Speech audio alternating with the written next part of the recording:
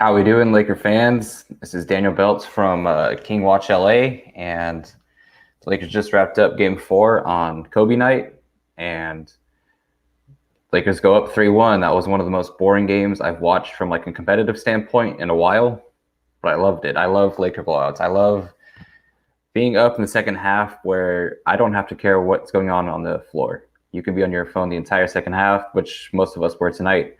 The Blazers they're not on the Lakers level. They never were. Game 1 was a outlier in this series. The series should be over in 5. It should have been over tonight if the Lakers don't blow a 6-point lead in the first and in the fourth in the first game. But it is what it is. This game should go no longer than 5, especially just considering how the Lakers have played in 3 of the wins they've played. It's never looked like it's been in jeopardy since. Like, actually, I don't know how much time on the court the Blazers have actually led the past 3 games. It can't be more than 10 minutes. It's been domination from the better team, and that's what you want to see from a 1 seed. The Lakers go up 3-1 versus the Blazers. Make sure you guys follow and like King Watching LA on Twitter, YouTube, on the Hoops and Brews page. Make sure you guys drop a like in the comments as well. And today, going to be a short broadcast. Probably there's not really much to talk about after Game 4. It was a great sight to see that the Lakers get the win in the Black Mamba jerseys, which are beautiful. I love the jerseys. I would want to see them wear them almost every game because they're the best jerseys the Lakers have had since probably the early 2000 Laker jerseys. Those were like a personal favorite of mine, and the Black Mamba jerseys are the best. I think they're the best jerseys out right now. And they have been since Kuz, KCP, and I believe Caruso all wore them 3-4 years ago when they first debuted that. And they're definitely the best Laker jerseys that have been crafted by a Laker GOAT, because they're better than Magic's and they're better than Shaq's. It's just great to see the GG patch on there as well, because you get to see the whole love that the Lakers have for their late, great Kobe Bryant, which is just weird saying late, great, but tonight was beautiful. Tonight was a blowout. We set records that we haven't set since Kobe played on the team. Now, I believe it's like the highest field goal percentage since 2010, most fast break points since 2001, and then most points in a game since 1987, which Magic was on. So the Lakers ran up the score, played fantastic, and there ain't really much to talk about in this episode, other than the fact that it's Mamba Day again. It's 8/24, and it's beautiful to see all the content being pushed out by people that just want to share Kobe's love, share Kobe's life, share the basketball player he was, share the father, family man that he was. And seeing all the tributes, seeing all the love makes every Laker fan happy, because he's our GOAT and we want to see him respected in that category, and we want to see him get the praise that he deserves, and it's happy to see. What actually stood out in the game was just the Lakers' dominance from defense. They dominate you with size, with intensity, with aggression from 1 through 5 on the court. We probably have the biggest starting lineup in the NBA. And outside of Philly, when Ben Simmons played, I think that's true. Especially if Danny Green's, 6'5", 6'6", and he's starting at the 1. Then you have KCP, 6'5", then Braun, AD, and JaVale. And then you put in Dwight in the second unit, Morris, Kuz. We're just going to wear you out physically over a 7-game series, and I don't think the Blazers quit. It's just they're not on our level. There's not many teams in the league that are on our level. And again, we're the only contender right now in a series that's up 3-1.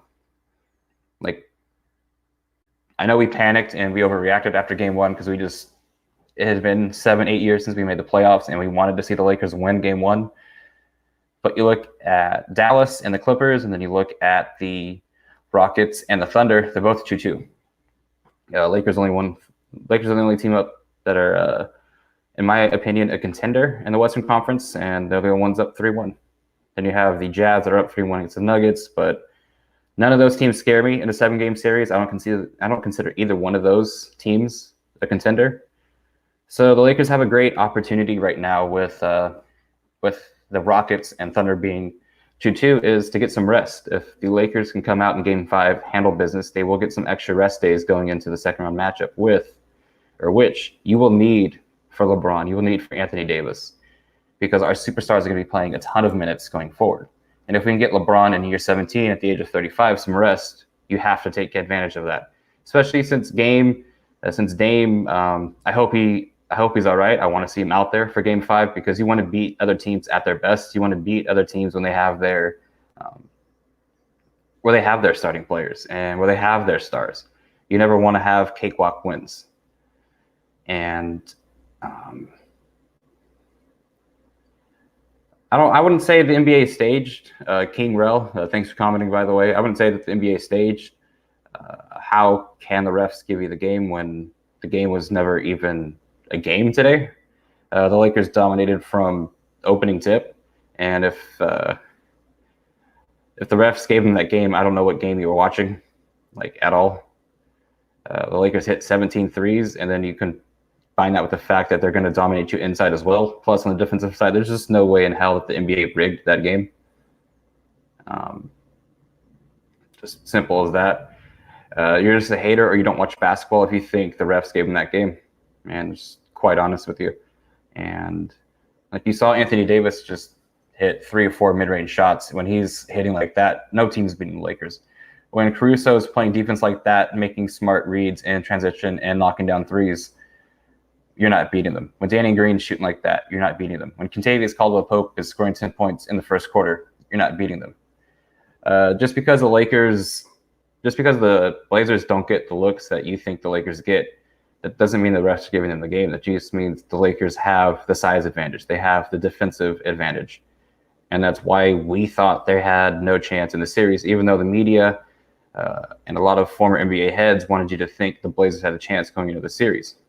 They don't. They didn't at all. Like, I don't know what you want to think. Score was 8-24, yeah, but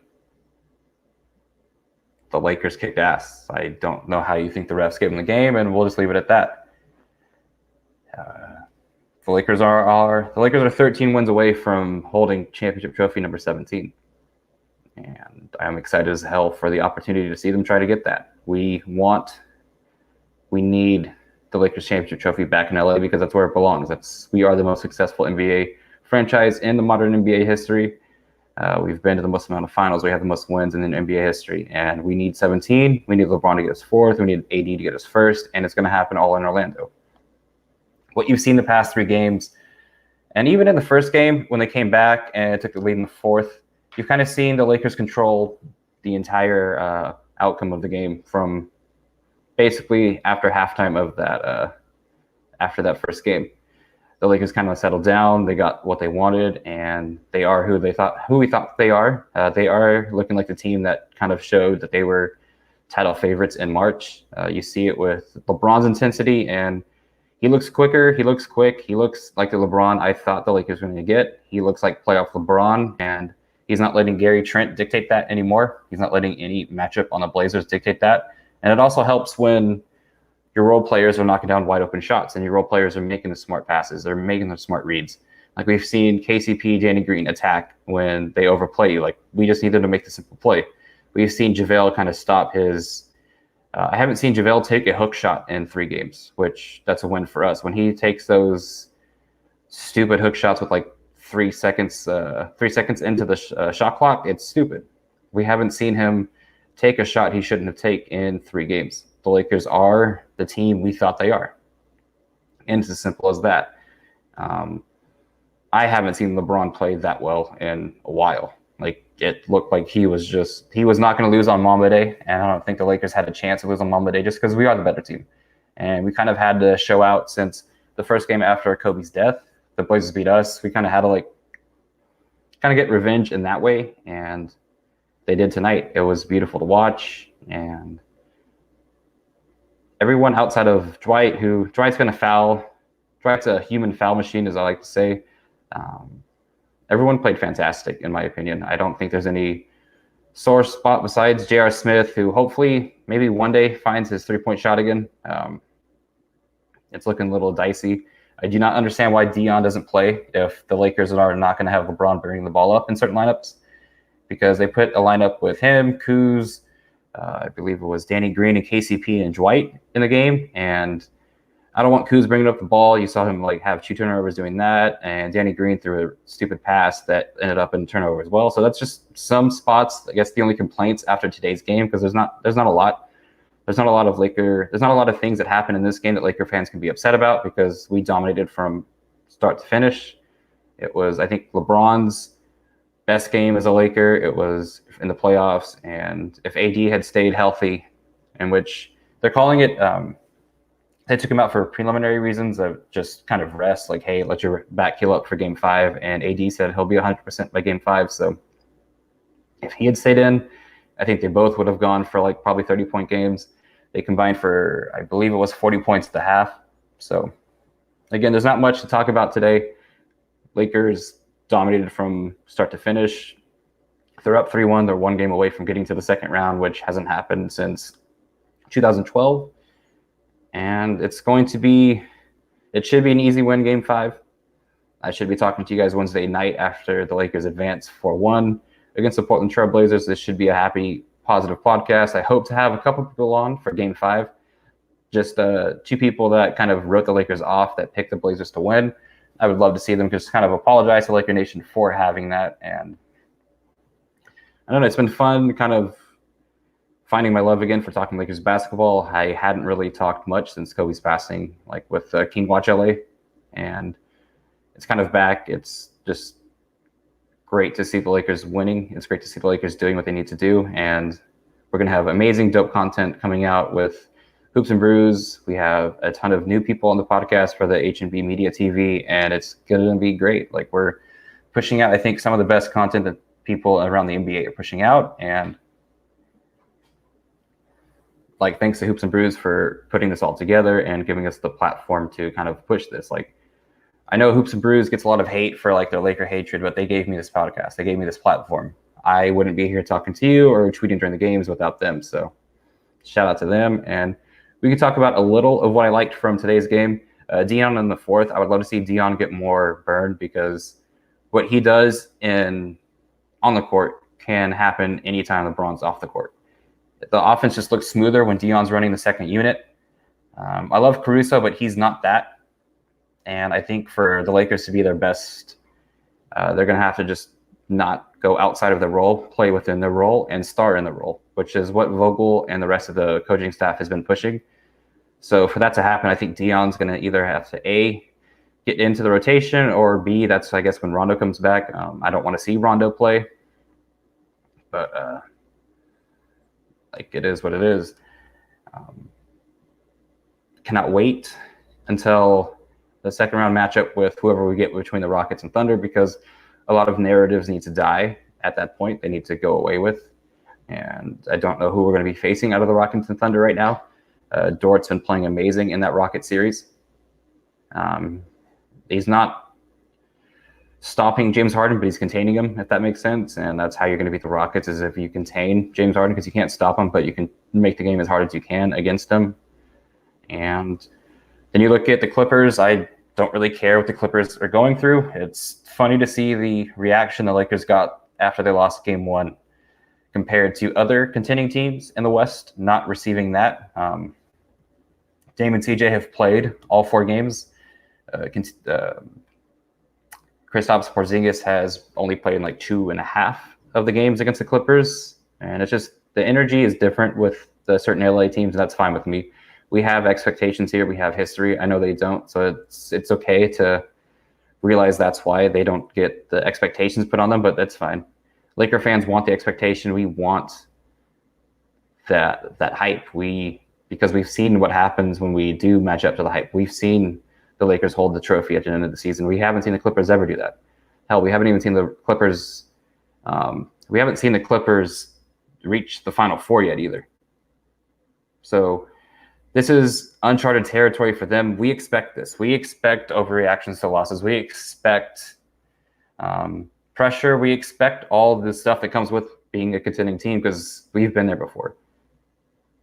As fans, and then as almost, I think, like 7 out of the 15 players the Lakers have either made a Western Conference Finals or been in the finals. So, like, they know what pressure feels like. They know what it takes to get to the promised land. And I will rock with them in this lineup until the wheels fall off, because they've shown, when locked in, when healthy, that they're the best team in the West. And I don't think there's anything you can say that would take me off of that ledge. And also Kuzma continues to shine in his role. And I know we got on him a lot because we just wanted him to be that third scorer, but he's doing more than just scoring right now. He's playing within himself. He's playing defense. He's passing. He's making the right reads. He's setting screens, reading the defense as to whether he needs to double, not getting lost when he's playing off ball. He's defending players that can create their own pretty well. Again, some of the shots Melo's going to hit over you. That's just Melo. There's a reason why he's one of the greatest scorers of all time in the NBA history. There's nothing you can do when he gets to a spot, but Kuz has played fantastic in, I believe, every single game we've played in the bubble. I don't know if there's been a game in the bubble where he hasn't played well. So, again, star in your role. Kentavious Caldwell-Pope has played amazing since game one. He scored 1 point in that game, which was, you can't do that if you're going to start. You can't do that, like, at all. And he's played well since then. Danny Green even played well today, which was fantastic, because we're going to need Danny Green to be okay if we're going to win a championship. I hope 80's back isn't anything serious, because that would be a damper in our chances of making the finals and also winning the finals. But from what they're saying, from his post-game talk as well, I think he plays game 5, and I hope Dame does as well, because we don't want to hear the reasons why the Lakers got lucky. There's nothing lucky about being up 3-1 and blowing them out in 2 of the 4 games. There's nothing lucky about that. And yeah, just beautiful Mamba Day. It's great seeing 24, 8-2 all over the court. It's great seeing the Mamba mentality hashtag. It's great seeing all of that stuff. And like today, I'm even rocking the 824 Mamba Forever hat, as well as the shirt that goes with it, 824 Forever. And it sucks that real Laker fans, weren't able to get the merchandise that Nike dropped today. But most of us Laker fans have Kobe stuff, have Kobe jerseys, have Kobe shoes, have Kobe shirts, have Kobe socks, have Kobe shorts. We have that already. So that's why I think the resellers are going to have, yes, they're going to find the rich people that can afford like all that stuff, and like the super wealthy people that's nothing for. But we have this stuff already. Like, I have 2-3 Kobe jerseys hanging in the closet. I have 5-10 Kobe shirts hanging in the closet. Like, for the real Laker fans that have been here, for the real Kobe fans, like, this isn't anything new. Like, it sucks that we won't be able to get the jersey that has 8 and 24 on the same jersey, but it's all right. I'm pretty sure the Lakers store will have something similar to that going forward, where real Laker fans and real people that follow the game of basketball can actually be able to watch, instead of people that just get it for A, to look cool, or B, to be like the influencers or whatever. Like, we just want Kobe stuff to honor his legacy, to honor his memory, not for likes, not for just because it looks cool. And like, no, we want it because like we want to have that for many years to come. We want Kobe's memorabilia for the rest of our lives, because that's Kobe's impact on us. And AD hit a couple of mid-range shots today that reminded me of Kobe. A lot of LeBron's heat checks that he does in LA reminds me of Kobe's heat checks in LA. I don't believe Kobe ever took like that far of shots, and like they were like close distance, but LeBron takes a lot of threes that are pretty far, and like some of Kobe's and LeBron's heat checks are very similar to me. Thoughts on Danny Green and JaVale tonight? JaVale since game one kind of seemed lackadaisical. He didn't really seem to be in the moment. I believe the Lakers thought they would just steamroll the Blazers because they're just that much superior, which they are. But when Dame and CJ are shooting like that, when Melo's shooting like that, when Gary Trent and the rest are playing like that, you have to step up eventually. You kind of have to stop playing lazy. And since then, JaVale stopped playing lazy. And games 2, 3, and 4, the time he's in the game, it hasn't been a net negative. And that's all we need to see, is you in the 12 minutes you get per game, play hard, play defense, contest, no stupid fouls, and just finish the lobs and dunks that you take, and don't do anything out of your game. Don't shoot the mid-range. Don't try hook shots from 10, 15 feet away, 8, 3, 4 seconds into the shot clock. Like, just play your role. Danny Green again tonight played his role. He seemed to be a bit quicker moving horizontally today, which will be very necessary for the next series if the Rockets do prevail, because Russ is one of the fastest guards in the league, and we will need him to do that. We will need Danny Green being able to move horizontally. Like you saw today before Dame's knee injury, CJ and Dame weren't really able to get penetration off of either of those, and that's why they were screaming for fouls, because they didn't realize they were actually playing defense today. Like KCP, Caruso, Danny Green were moving their feet and being quick horizontally, which that's what caused the Portland Trailblazers to complain to the refs, even though they shot more free throws than us today. And we heard the only reason why the Lakers won Game 3 was because it was either Game 3 or Game 2 that they shot 40-plus free throws, and that was the only reason why the Lakers won that game. But today, the Blazers shot more free throws, yet it was a blowout in the Lakers' favor. So don't hit me with the free throw excuse. The better team has won and is leading in the series. Thoughts on Danny Green? Yeah, just that. Keep knocking down your open shots. If the defense overplays you, if the defense does continue to overplay you, drive to the rim like he's been doing. He's actually hit some couple of nice floaters in the past 3 games. I believe he had an and one layup over, I believe it was Whiteside or Nurkic, but he blew past Dame to get there. So just play within your role, make the correct read, because playing with LeBron and AD should make things very simple for you. You will either A, get an open shot, or the defense will overplay you. So just make the right read, and one of your teammates will be open, and you got to just knock down shots, which the Lakers have been doing the past 3 games. Anything else I want to talk about? Just AD and LeBron. It's great to have having LeBron and AD superstar duo. I love having that on my team. And a team or 2 players that don't make excuses or don't, how would I say it in the correct way of being petty? Don't lock their Instagram after. Don't post stupid sayings without keep the same energy or whatever. AD and LeBron don't do that. You might see LeBron go washed king, but he shows up. And if they're gonna post stupid shit, they show up. They don't shoot the worst in 3 games since Bob Cousy. They don't limit comments on Instagram. They don't make excuses. They don't show up to a post game with ice all over their left shoulder.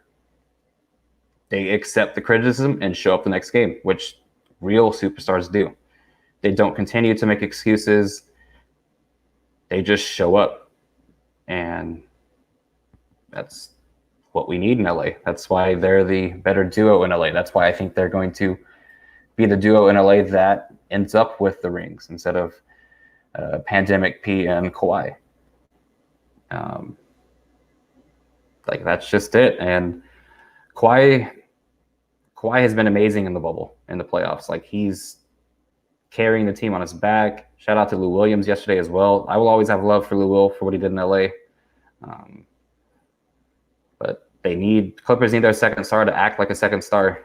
I believe Kuzma has outscored Paul George the past 3 games in the bubble from games 2 through 4.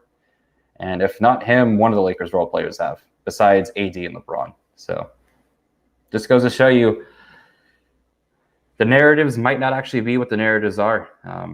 Again, overreaction happened after Game 1 with the media.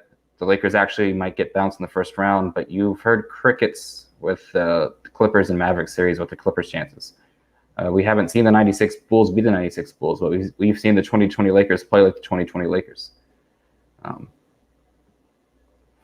Expect more jokes to roll once the Lakers actually do send the Blazers home. It's just don't ever want to celebrate a 3-1 lead. A 3-1 lead since we've seen 3-1 leads be lost before, and we've seen 3-1 leads go. So I do expect the Lakers to win Game 5, but more jokes will happen then. Thought on Dwight. He's been a beast. Can't wait till Dwight was okay today. I think Dwight's impact will be felt more in upcoming rounds, just because we're going to see how well Dwight plays against the Rockets, I believe. And if it's against the Thunder, against Steven Adams, which Dwight can't really outmuscle Steven Adams. Steven Adams is one of the most tough physical center the league has to offer. So we'll see. It will be nice, though, if Dwight does win a championship in LA for the Lakers in Orlando. Like, that would just be one of the greatest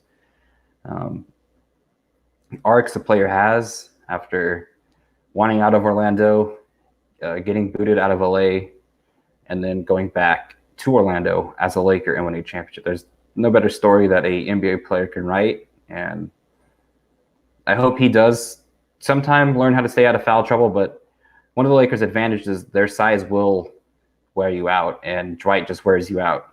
And yes, he picks up a lot of fouls, but his defensive intensity, his aggression, his strength makes you want to stop coming to the lane, makes you want to not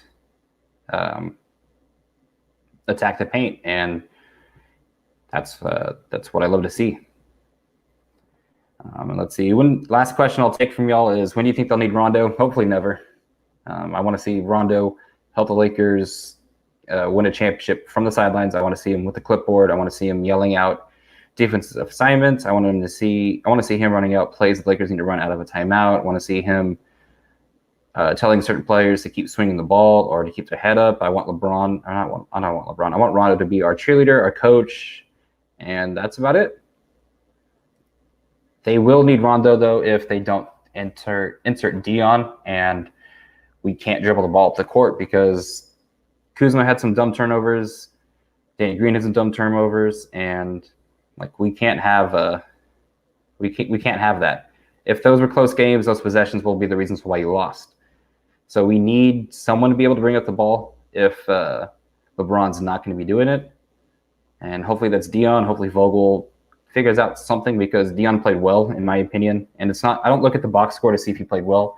You just look at film, you see the looks he creates, you see how he creates it, and everything he did in that fourth quarter stretch tonight looks like he can do in an actual NBA game. And that's what I'd like to see. Because if they're going to continue to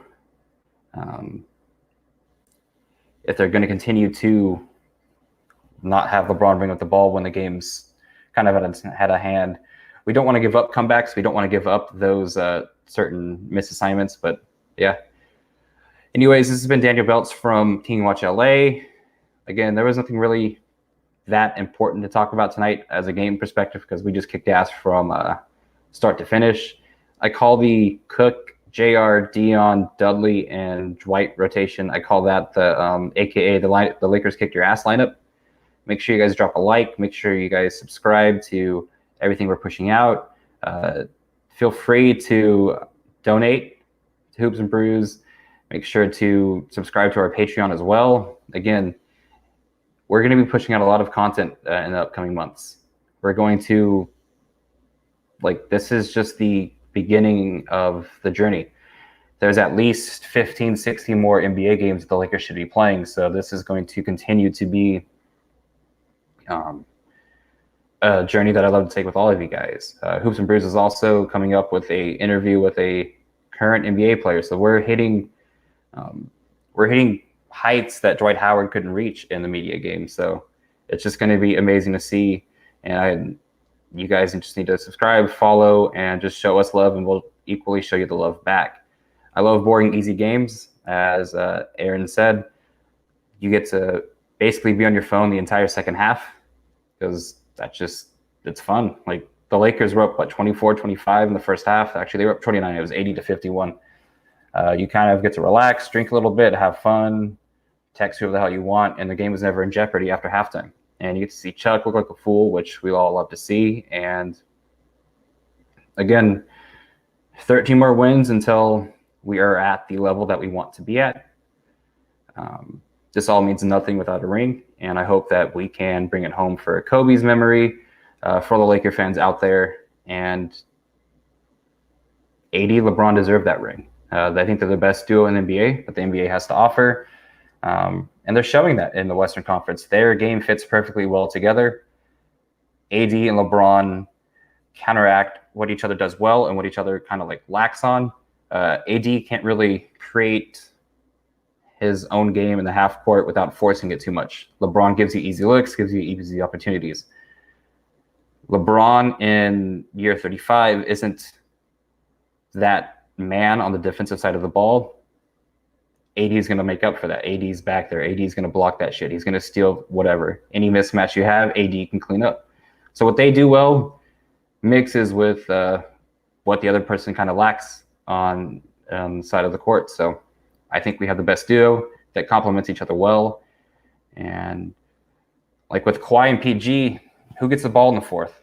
How are you going to get your looks? With AD and LeBron, just put them in the pick and roll, and it's butter. Like it's amazing. And AD and LeBron match each other's intensity. You don't hear any of the blame. You don't hear any of the sound quotes in the Lakers locker room that you hear from some of the other duos going on right now. Shifting blame, being called mentally weak, that stuff. You don't hear that with the Lakers currently. You heard that after game 1, but both stepped up games 2, 3, and 4, and we're up 3-1. They respond to adversity, which we love to see. Again, this has been Daniel Belts from King Watch LA. Make sure you like. Make sure you guys continue to watch, donate, and all that stuff. I'll be here basically after every single game. And until the next time we speak, go Lakers, man.